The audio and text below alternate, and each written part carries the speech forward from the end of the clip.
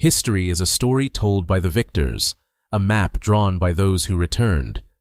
For centuries, one name has been synonymous with the discovery of the New World: Christopher Columbus. But what if that map was incomplete? What if another story, whispered in sagas and preserved in ice, told of a different arrival 5 centuries earlier? This is the tale of the Norsemen, masters of the northern seas, whose dragon-prowed ships were guided not by compasses, but by the sun, the stars, and an unquenchable thirst for the unknown. They sailed beyond the edge of the known world, through seas of ice and fog, chasing rumors and dreams. They were not searching for a new route to Asia. They were writing the first chapter of a new world's history. This is the story of the true first European discovery of America, a saga of courage, conflict, and a lost colony at the edge of the world. In the late 8th century, a cold wind of change was blowing across the jagged coastlines of Scandinavia. This was a land of deep fjords, dense forests, and a people forged by hardship and ambition. History would come to call them Vikings, a name that conjures images of fierce raids and horned helmets, but the reality was far more complex. They were the Northmen, and their era was dawning not just with the swing of an axe, but with the launch of a ship. The society that propelled these explorers outward was a crucible of pressure and opportunity. Arable land was scarce, jealously guarded by powerful local chieftains, or jarls. As ambitious kings began the long, often contentious process of unifying Norway, many of these independent leaders and free farmers found their traditional way of life under threat. They faced a choice: submit to a higher authority or seek their fortune elsewhere. For a people who valued personal honor and freedom above all, the choice was clear. Their culture, rich with epic poems and a pantheon of powerful gods like Odin, the Allfather, and Thor, the god of thunder, glorified courage and heroic deeds. To die in battle was an honor. To seek wealth and fame across the sea was the ultimate expression of a worthy life. In 793, this internal energy exploded onto the world stage. A fleet of longships appeared off the coast of northeast England, descending upon the holy island of Lindisfarne. The peaceful monastery, a center of Christian learning, was completely unprepared. The event sent a shockwave of fear throughout the kingdoms of Europe. It was a brutal announcement of their arrival, cementing a reputation for ferocity that would echo for centuries. But to define the Vikings by this single act is to miss the larger picture. They were also shrewd traders, establishing vast networks that stretched from Constantinople to the North Atlantic. They were master craftsmen, poets, and lawmakers. The same restless spirit that led them to plunder also drove them to discover, to settle, and to build new societies far from their ancestral homes. The raid on Lindisfarne was not the whole story. It was merely the first chapter. It was the violent birth of an age of exploration, a testament to a people whose ambition could no longer be contained by the shores of Scandinavia. The open sea was calling, and the Northmen were about to answer. The Viking Age was made possible by a single, revolutionary piece of technology: the longship. More than just a vessel, it was the engine of their expansion, a masterpiece of naval engineering that gave the Norse an unparalleled advantage on the water. It was a symbol of their power, a tool for their ambition, and for many, the only home they would know for months on end. Its genius lay in its unique design. Built using a clinker technique, where the hull planks overlapped and were fastened together, the longship was both remarkably strong and incredibly flexible. This allowed it to bend and ride with the powerful Atlantic waves rather than fighting against them, making it exceptionally seaworthy for long, open ocean voyages. The key to its versatility was its shallow draft. While other European ships were confined to deep ports, the longship could land directly on almost any beach, allowing for swift, surprise raids. This same feature enabled it to navigate far up shallow rivers, striking deep into the heart of continents, reaching places like Paris and beyond, much to the astonishment of their adversaries. Not all Norse ships were the same. The fearsome Drakar, or dragon ship, was the quintessential warship. Long, narrow, and fast, it was designed for speed and intimidation, its prow often carved into the shape of a menacing beast. For exploration and settlement, they relied on the Knar. This vessel was wider, deeper, and had more cargo space, designed to carry families, livestock, and all the supplies needed to start a new life in a distant land. Propulsion was a sophisticated hybrid system. A single, large square sail made of wool or linen captured the wind for efficient long-distance travel. But when the wind died, or when tactical speed and maneuverability were needed in a fight, a full complement of oarsmen could drive the ship forward with relentless power. The construction of a longship was a community affair, led by a master shipwright whose skills were revered. Using simple tools, they shaped oak timbers with an intuitive understanding of the wood's grain, creating a vessel that was a perfect fusion of form and function. This floating marvel was the key that unlocked the world for the Northmen. It gave them the confidence to turn their backs to the shore and sail into the vast, blue unknown. With the longship at their command, the horizon was not a boundary, but a destination. Sailing out of sight of land, across the vast and often unforgiving North Atlantic, presented an immense challenge. In an age before the magnetic compass was known in Europe, how did Norse navigators guide their longships with such precision across hundreds of miles of open water? Their success was not a matter of luck, but of deep, practical knowledge of the natural world, a set of skills passed down through generations. Their primary guide was the sky. During the day, the sun was their compass. They observed its position at midday to determine south and tracked its arc across the sky to maintain a rough bearing. They would have used simple tools, perhaps a notched stick or a rudimentary sun compass, to make these observations more accurate. At night, the heavens provided a clear map. The North Star, which they called the guiding star, offered a fixed point for determining north, allowing them to hold a steady course through the darkness. But the North Atlantic is notorious for its fog and persistent cloud cover, which could obscure these celestial guides for days at a time.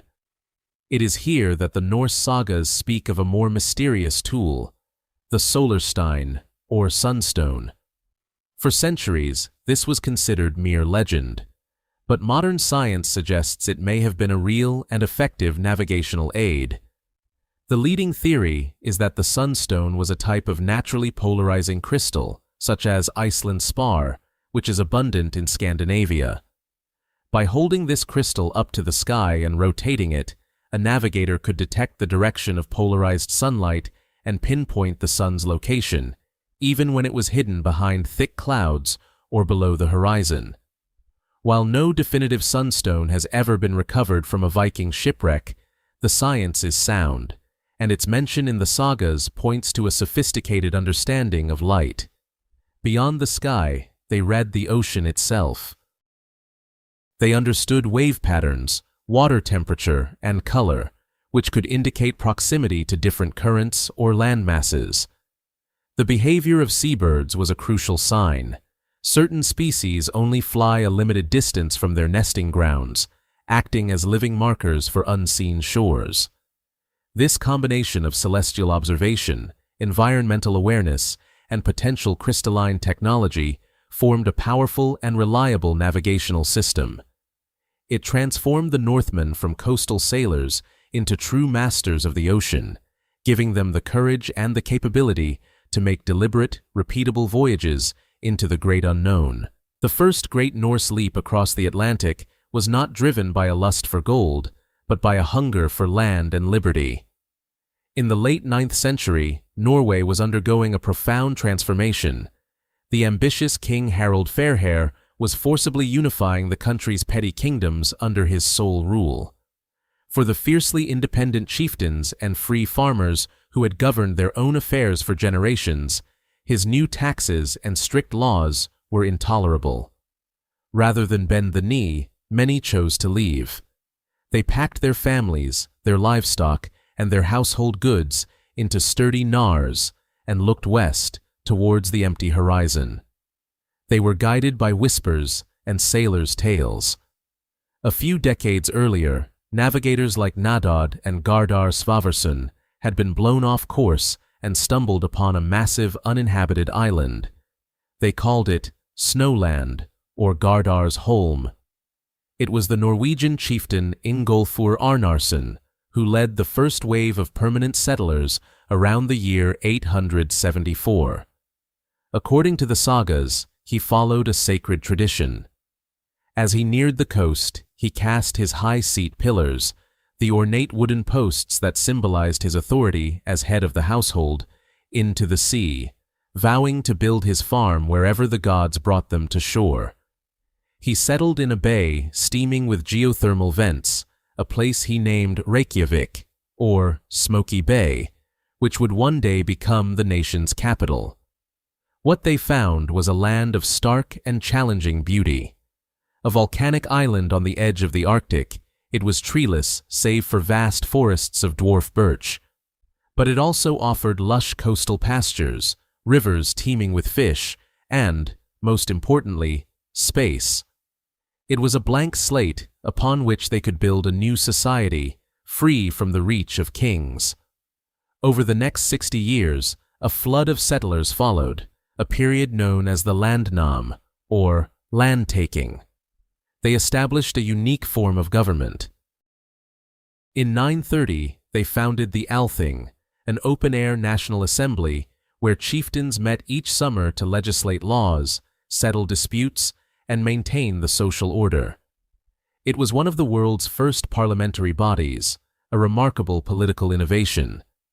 Iceland became more than just a colony. It was a new Norse heartland, a repository of their culture, language, and laws. It was here that the great epic poems and family histories, the sagas, would be written down, preserving their story for all time. This island outpost became the crucial stepping stone for the final, audacious push even further into the unknown West.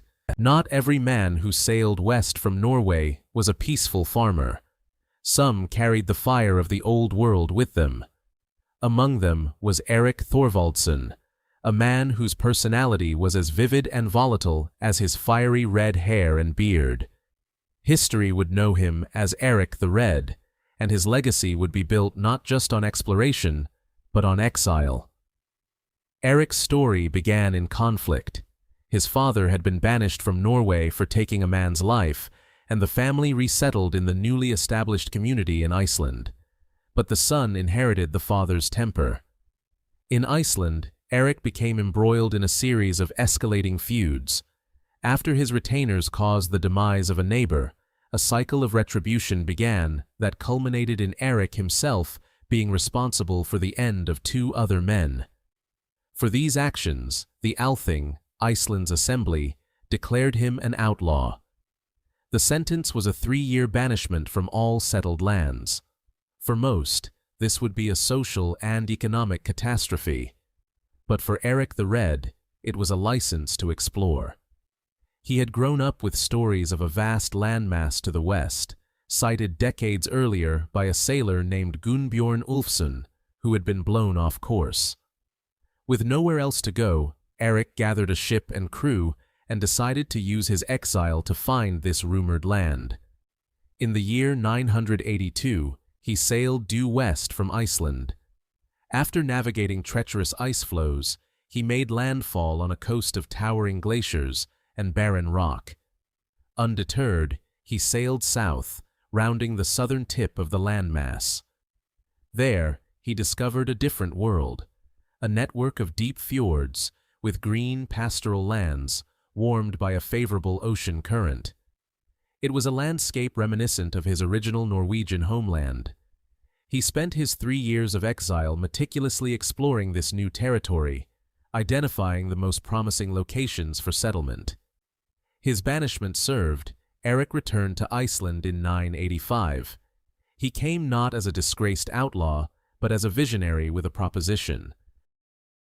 He needed to recruit settlers, to convince families to leave their established farms for a land no one had seen. He knew that perception was everything. He did not call his discovery Iceland II. Instead, he gave it an alluring and optimistic name. He called it Greenland. It was a masterful act of promotion. As the sagas note, he reasoned that people would be more attracted to go there if it had a good name. Would this brilliant piece of marketing work? Could this charismatic but controversial figure persuade a fleet of Icelanders to gamble everything and follow him into the icy Atlantic, all for the promise of a land of green? Around the year 985, a Norse chieftain named Erik the Red, exiled from both Norway and Iceland for acts of violence, guided a fleet of 25 ships into the uncharted waters of the West. His destination was a colossal island he had explored during his banishment, a place he strategically named Greenland.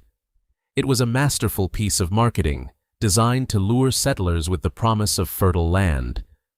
While parts of the southern coast were indeed green during the brief summer, this new home was a realm of ice and stone, a frontier at the absolute edge of the European world.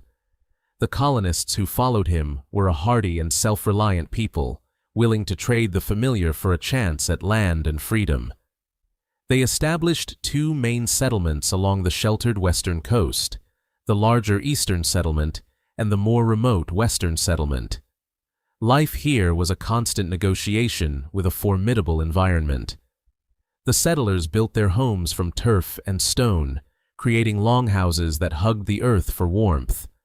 They raised cattle, sheep, and goats in the short grazing season, but their survival depended heavily on the sea. They became expert hunters, pursuing seals for meat and skins, and walruses for their precious ivory tusks, which became Greenland's most valuable export. This ivory was their link to Europe, a luxury good they traded for essentials they could not produce themselves, like iron, tools, and grain. For nearly a century, this remote colony thrived in isolation, a testament to Norse adaptability. They established their own laws, built churches after converting to Christianity, and developed a unique society shaped by its profound separation from the rest of the world. Yet, this isolation did not extinguish their inherent curiosity. From their fjords, they looked out upon the Davis Strait, a vast expanse of water that separated them from whatever lay beyond. They were perched on a stepping stone, a final outpost before the great unknown. The stories and the ambition that had carried them from Norway to Iceland and from Iceland to Greenland were still very much alive.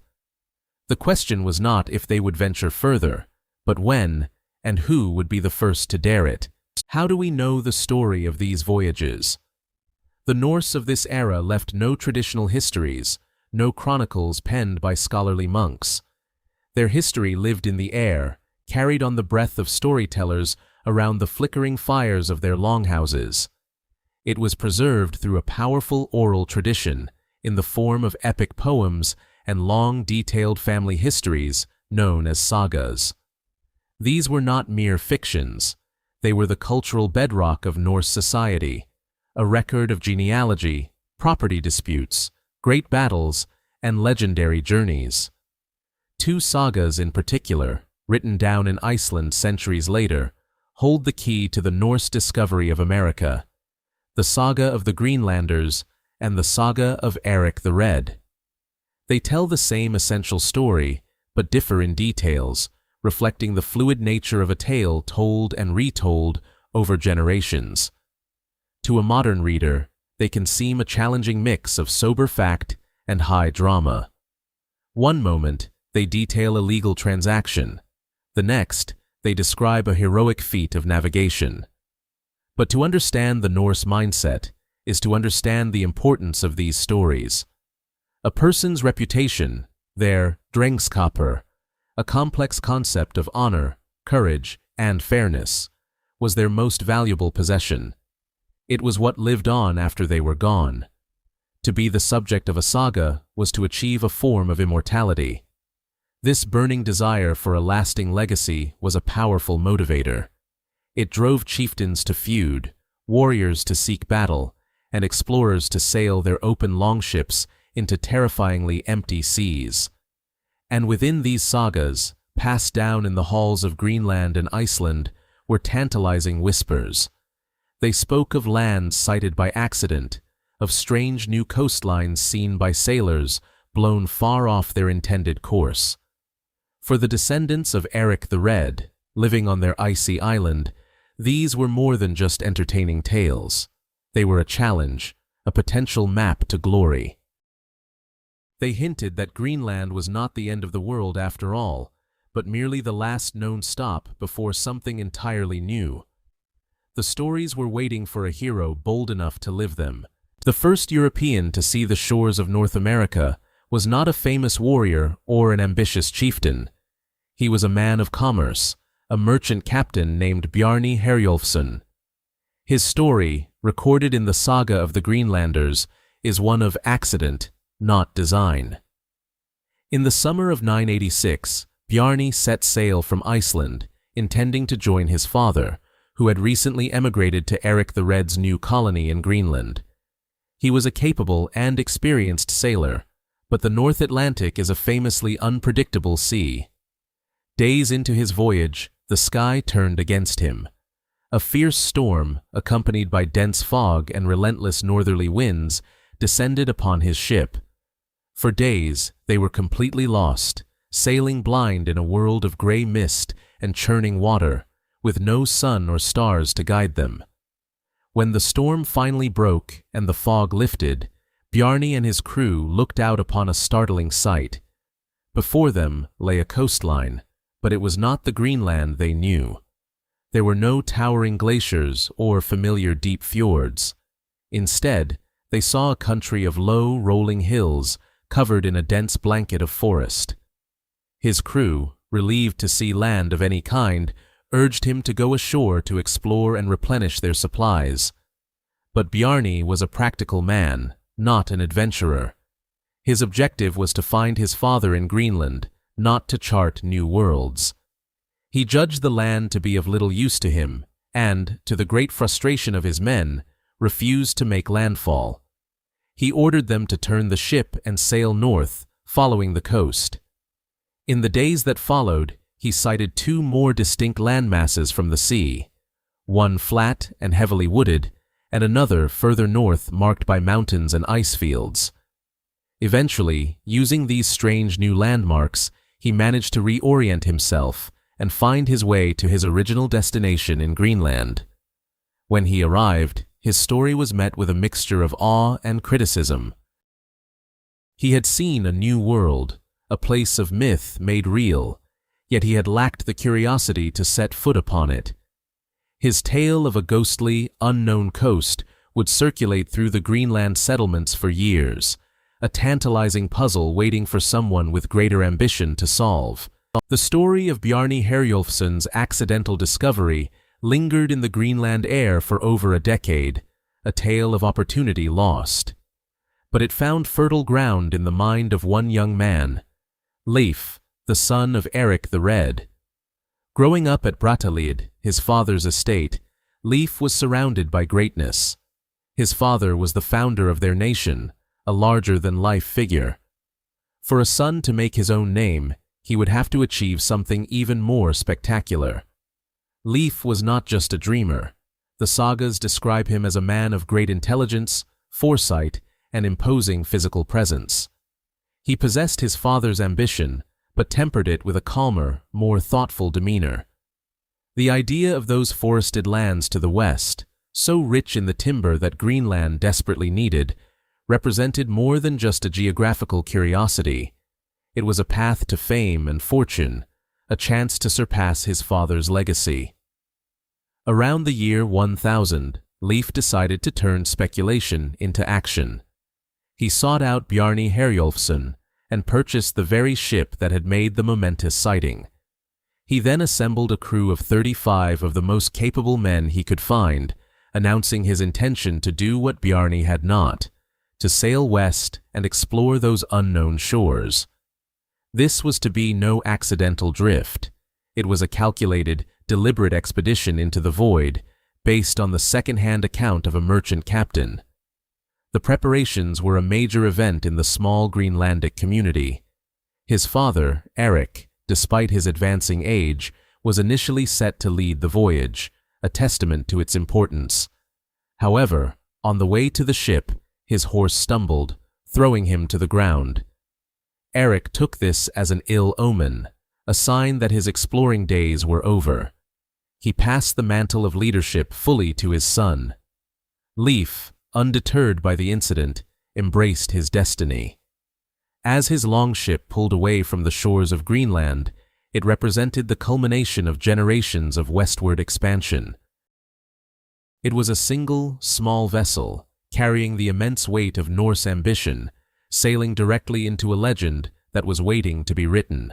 With Greenland fading behind them, Leif Erikson and his crew of 35 sailed into the vastness of the North Atlantic.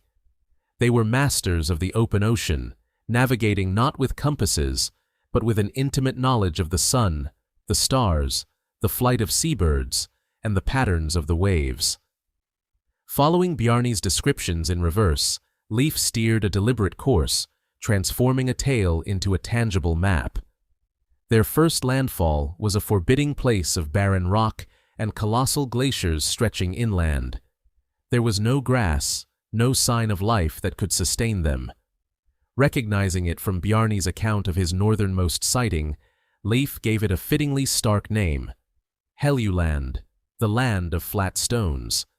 Today, it is believed to be Baffin Island. Finding nothing of value, he did not linger. He pushed his crew and his ship south. Their second discovery was a different world entirely. It was a flat country covered with immense forests that stretched down to a shoreline of white sand beaches. This was the Markland, or land of forests, that Bjarni had seen. For men from treeless Greenland, the sight was astonishing.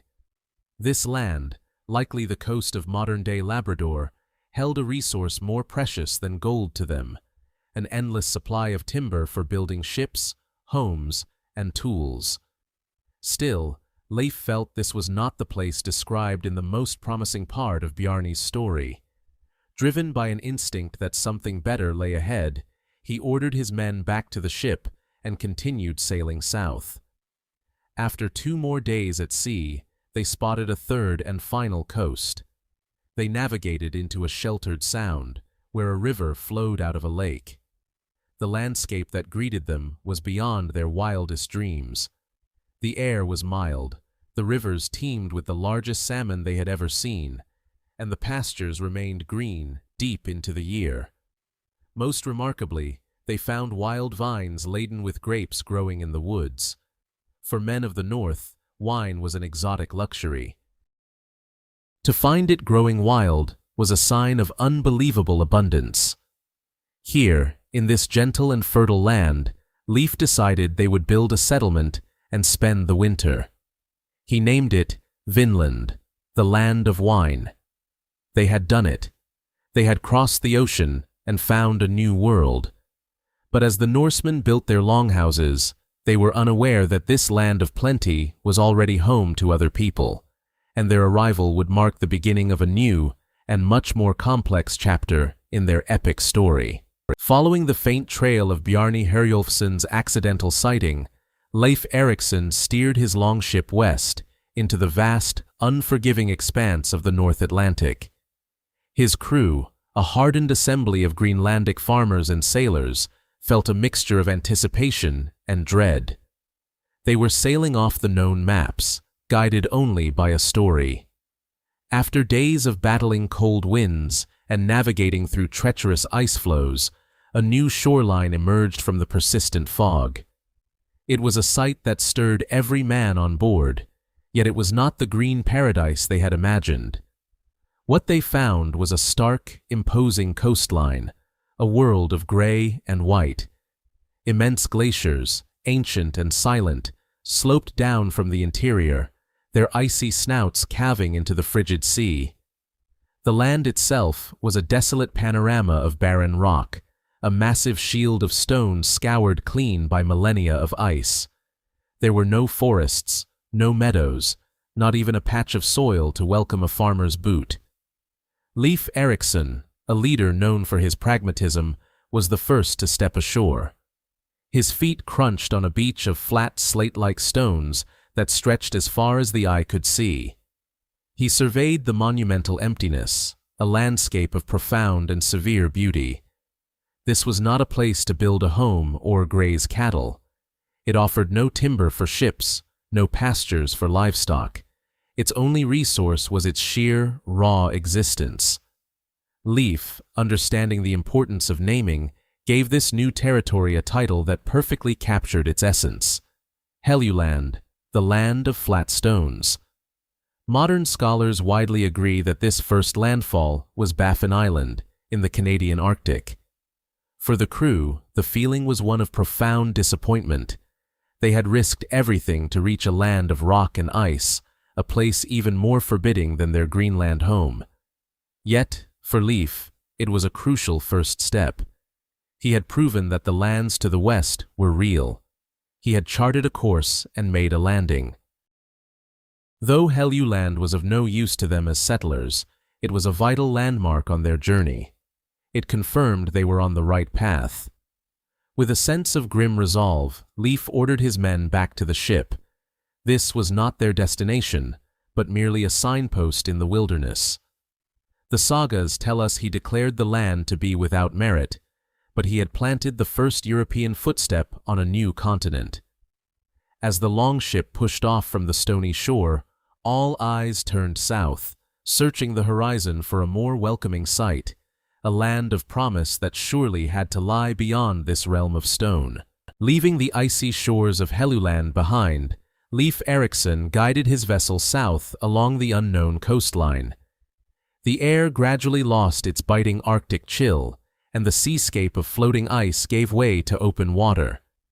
After what the sagas describe as 2 days of sailing, a new land appeared, and this one was dramatically different. The oppressive gray of Helluland was replaced by an endless wall of deep, vibrant green. As they drew closer, the Norsemen stared in awe at a sight they had not seen in generations: a forest. Not the sparse, stunted birch and willow groves of Greenland, but a colossal, primeval forest that stretched from the water's edge to the horizon. Towering trees, straight and tall, stood in dense ranks, a seemingly inexhaustible supply of the one resource the Greenland colony desperately lacked: timber. For a people whose homes, ships, and tools depended on wood, this was a vision of immense wealth. Leif anchored the longship in a sheltered cove with a white sandy beach. He and his men went ashore, their feet sinking into soft sand instead of clattering on stone. They walked into the edge of the great forest, dwarfed by the scale of the trees. The air was rich with the scent of pine and damp earth. This was a land teeming with life and possibility. It was a frontier of incredible potential, a stark contrast to the barren rock they had just left. Leif, ever the practical explorer, named this second discovery Markland, the forest land. Historians believe this was the coast of modern-day Labrador. The crew's spirits soared. This was a land worth the journey. Here, they could fell timber to repair their ship and bring a priceless cargo back to Greenland. They could build new halls, new ships, and secure the future of their settlement. Yet, despite its riches, Markland was not their final destination. The stories and rumors that had fueled their expedition spoke of an even better place, a land with a milder climate where crops could grow and cattle could graze all winter. Markland was a treasure chest of wood, but it was still a wild northern wilderness. It was a place for exploitation, not necessarily for settlement. Leif knew his mission was not just to find resources, but to find a new home. After a brief stay to rest and take stock of the forest's bounty, the decision was made. They would continue their journey south. With the promise of Markland's timber logged in his memory for a future return, Leif Erikson ordered the sail raised once more. The allure of an even greater prize, the legendary land of warmth and abundance, pulled them onward into the unknown.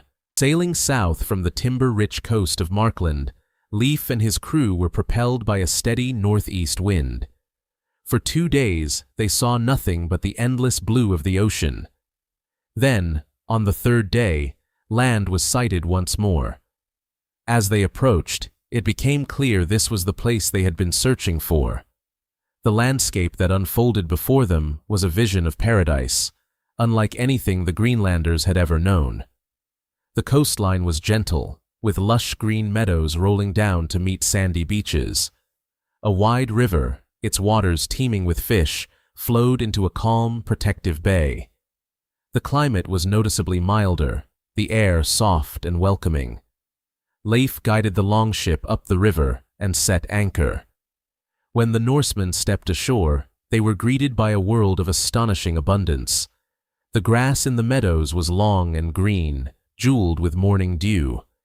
It was perfect pasture land, capable of supporting livestock through the winter without the need for fodder, an impossible luxury in Greenland. The rivers were so full of salmon that the men were astounded. They had never seen fish of such size and in such numbers. The forests were a mix of valuable hardwoods and other useful trees. But the most remarkable discovery came as the men explored inland. One of their party, a southerner named Turkur, who had been a foster father to Leif, went missing.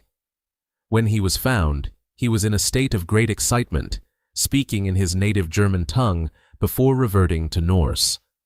He had found something from his homeland, wild grapes, hanging thick on vines.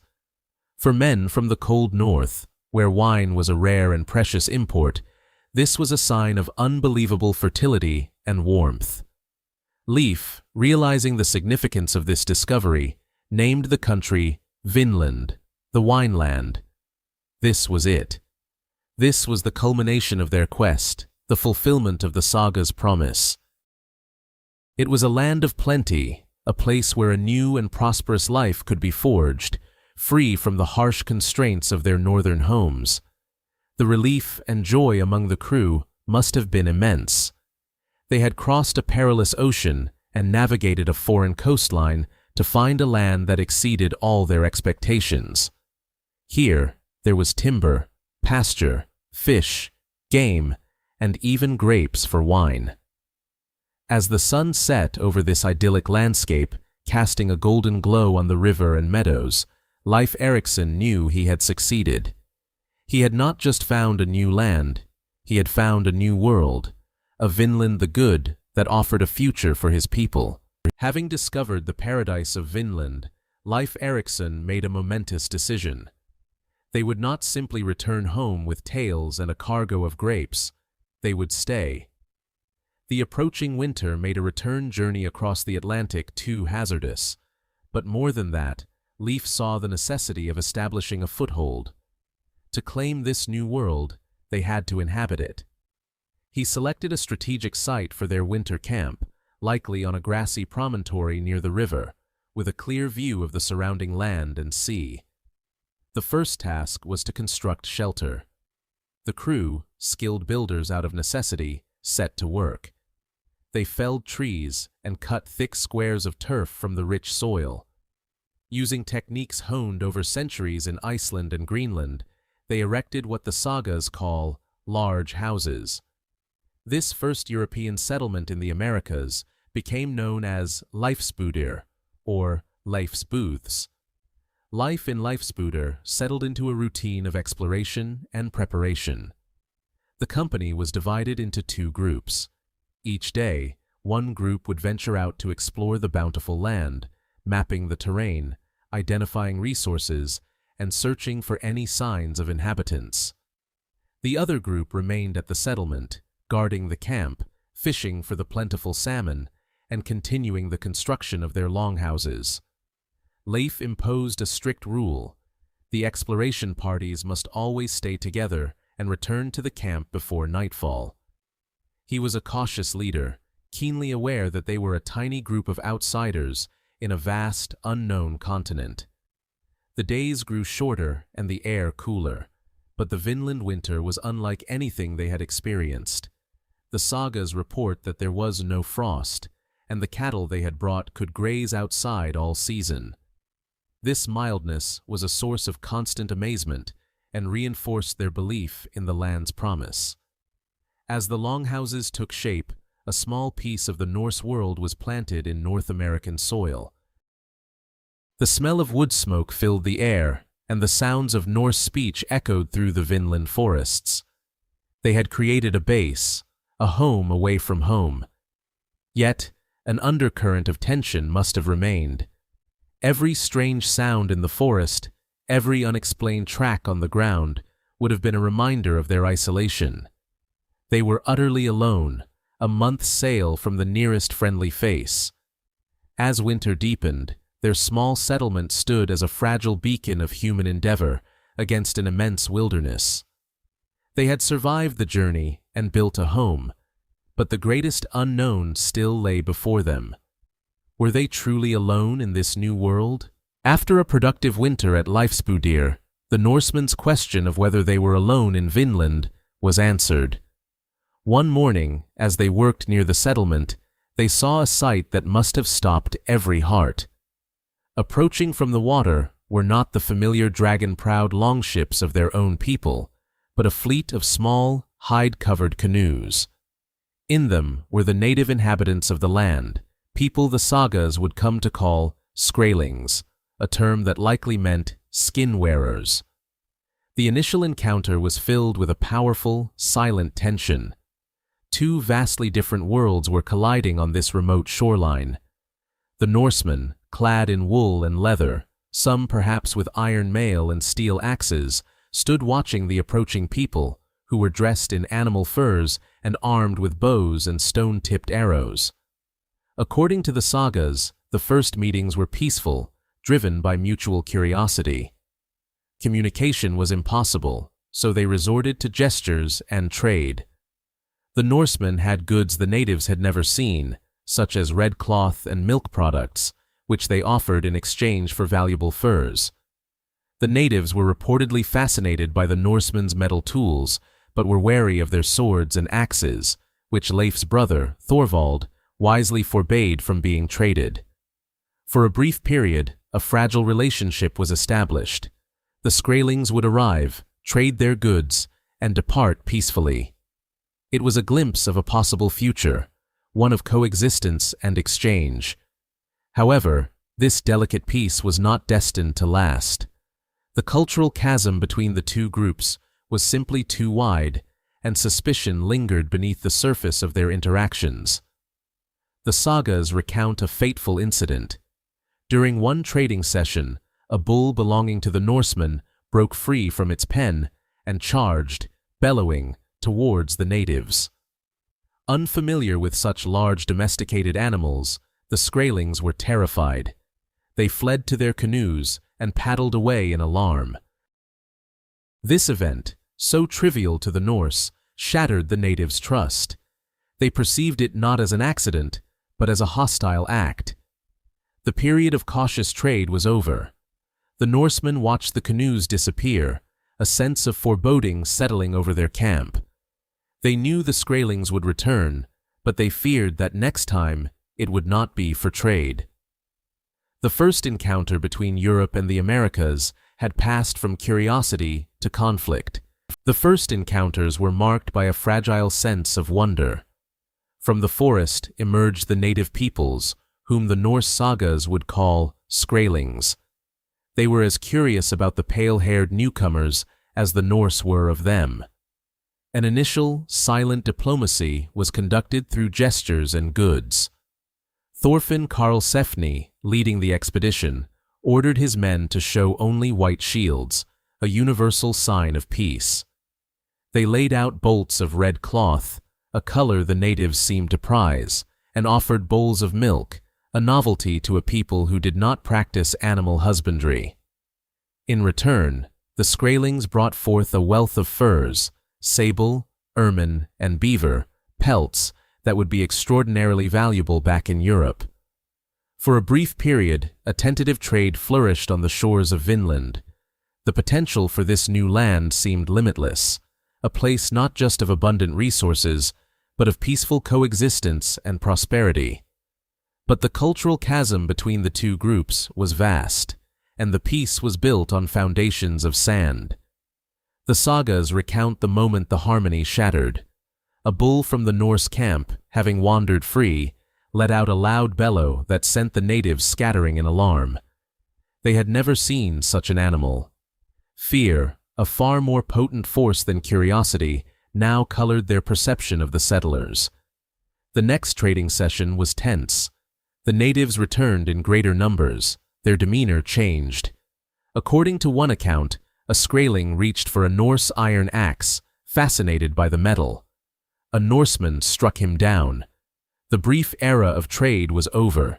The age of conflict had begun. The Skraelings retreated, but only to regroup. They soon returned, launching a full-scale assault on the small Norse encampment. The Norsemen, armed with iron swords and axes, held a significant technological advantage. But they were a handful of settlers, perhaps 150 souls, facing a people who knew every inch of this vast continent and could muster far greater numbers. The battle was fierce, a chaotic clash of two worlds. Though the Norse managed to repel the attack, the psychological impact was profound. They had won the fight, but they understood they had lost the war for a peaceful home. Every shadow in the forest now held a potential threat. The dream of Vinland was beginning to sour, replaced by the grim reality of living in a hostile land, thousands of miles from any hope of reinforcement. The victory against the Skraelings offered no relief, only a heightened sense of peril. The Norse compound at Straumfjord transformed from a settlement into a fortress, its inhabitants living under the constant strain of a siege mentality. The external threat from the native population acted as a powerful catalyst, accelerating the decay of the colony's internal cohesion. With the men constantly on guard, tensions that had been simmering beneath the surface began to boil over. The sagas point to a critical source of this friction: the small number of women on the expedition. Competition and jealousy created bitter rivalries, eroding the bonds of kinship and loyalty that held the group together. At the center of this internal storm was a figure of formidable will, Freydis Eriksdottir, the daughter of Erik the Red and half-sister to Leif Erikson. The sagas portray her as ambitious and ruthless, a woman unwilling to be overshadowed by the men around her. She entered into a partnership with two Icelandic brothers, Helgi and Finnbogi, for a joint expedition to a more resource-rich area. But she felt slighted, believing they had taken the better ships and resources. Her resentment festered. According to the Greenlander's saga, Freydis concocted a story of being mistreated by the brothers, goading her husband, Thorvard, into seeking revenge. She manipulated the situation with cold precision, turning one Norse faction against the other. The ensuing confrontation was a tragedy that struck at the very heart of the community. Thorvard and his men surprised the brothers in their camp, and a severe altercation followed. This act of internal strife was the point of no return. Trust, the essential currency of any pioneering venture, was utterly destroyed. The colony was now fractured beyond repair, poisoned from within by greed and betrayal. They were no longer a unified group of explorers, but a collection of suspicious, fearful individuals. The external threat of the Skraelings was immense, but it was the enemy within their own ranks that ultimately sealed Vinland's fate. The dream of a new Norse world was collapsing, not just under the weight of outside pressure, but under the strain of their own human failings. The decision was made in an atmosphere of resignation and defeat.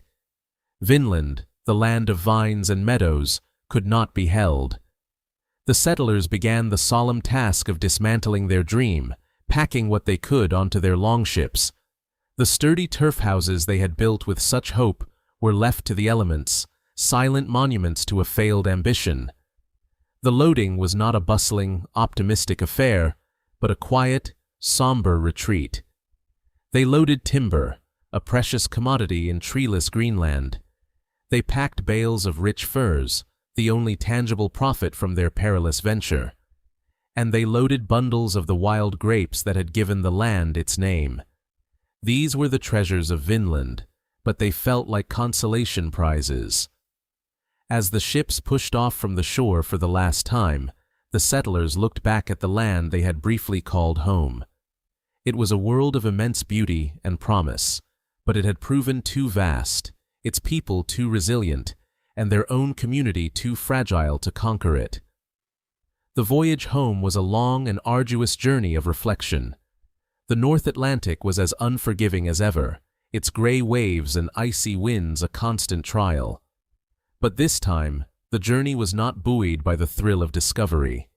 It was shadowed by the heavy weight of failure. The crew, diminished in number and spirit, would have spent weeks contemplating their fate. They had sailed further than any European before them, touched a new continent, and yet they were returning with so little to show for it but their lives. They had been broken not by the ocean, but by the land and by each other.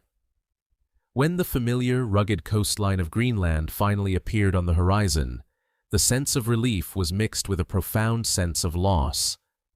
They were home, but the grand saga of westward expansion had come to a premature end.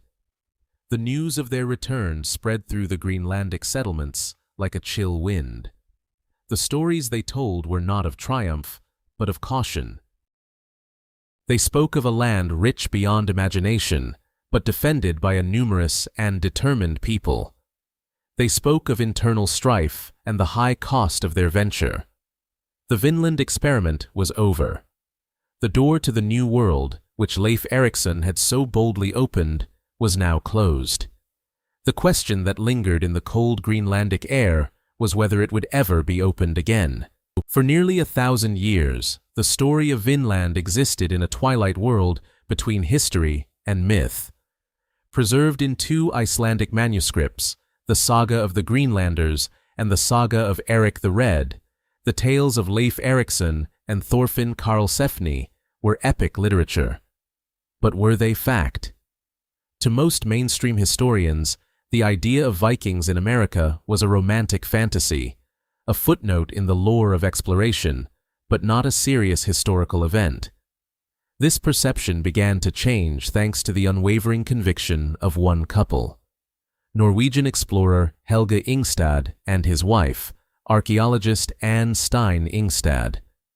They believed the sagas were not mere poems, but navigational records, oral histories containing real geographical clues. For years, they dedicated themselves to a methodical search, sailing the coasts of Labrador and Newfoundland, trying to match the landscapes with the descriptions in the ancient texts. The sagas spoke of a promontory, strong tides, and a shallow river leading to a lake. In 1960, their painstaking quest led them to a small fishing village on the northernmost tip of Newfoundland, L'Anse aux Meadows. A local fisherman, George Decker, showed them a series of overgrown mounds near the coastline, which local traditions simply called the Old Indian Camp. But to the Ingstads, the faint outlines in the turf were immediately recognizable. They were rectangular, with straight walls and rounded corners, the unmistakable footprint of Norse longhouses. The excavations began the following year, and the world of archaeology was about to be turned on its head. Layer by layer, the team uncovered the foundations of 8 buildings, including dwellings, workshops, and a forge. The artifacts they found were the final, irrefutable proof. They unearthed a bronze ring-headed pin of a distinct Norse design used for fastening a cloak. They found a soapstone spindle whorl, a small weight for spinning yarn, confirming the presence of women. Most critically, they discovered hundreds of pieces of iron slag and charcoal from a smithy. This was the smoking gun. The indigenous peoples of North America did not practice iron smelting. This was European technology, 1,000 years old. Radiocarbon dating confirmed the site was occupied between the years 990 and 1050, perfectly aligning with the timeline of the Vinland sagas. The myth was real. The stories were true.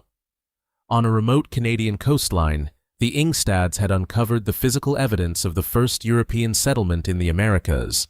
Today, the reconstructed settlement at Lonso Meadows stands as a quiet testament to an extraordinary moment in human history. It is a UNESCO World Heritage Site, a place where myth and archaeology converge. But it also prompts a profound question. Why did this remarkable achievement fade into obscurity? Why did the Norse discovery of America become a historical dead end, while the voyage of Columbus, 5 centuries later, changed the world forever? The answers lie in circumstance, technology, and intent. The Norse came in small numbers, a few family groups from a marginal colony in Greenland, which itself was struggling to survive. They had no state sponsorship, no royal treasury funding their expeditions. They sought resources like timber and furs, not conquest. Crucially, they lacked the overwhelming technological advantages that later Europeans would wield. Their iron weapons were superior, but not enough to overcome the sheer numerical superiority of the native peoples. They had no firearms, no cavalry, and they did not carry the devastating diseases that would later clear the path for European colonization. The Norse footprint in Vinland was ultimately too light. Their settlement lasted perhaps a decade before it was abandoned. The connection was severed, and the North American continent was left to its own destiny for another 500 years. The story survived only in the oral traditions of Iceland, written down 2 centuries later, a cherished memory for a small island nation, but unknown to the rest of Europe. The Norse voyages were not a failure of courage or seamanship. They were a triumph of both. But they were an event out of their time, an advance probe that could not be sustained. Their story does not diminish the impact of Columbus, whose arrival initiated the permanent and transformative link between the Old World and the New. Instead, it enriches our understanding of history. It proves that the Atlantic was never an insurmountable barrier, but a highway that could be crossed with skill and daring. The tale of the Vinland Vikings is a powerful reminder that history is not a simple, linear progression.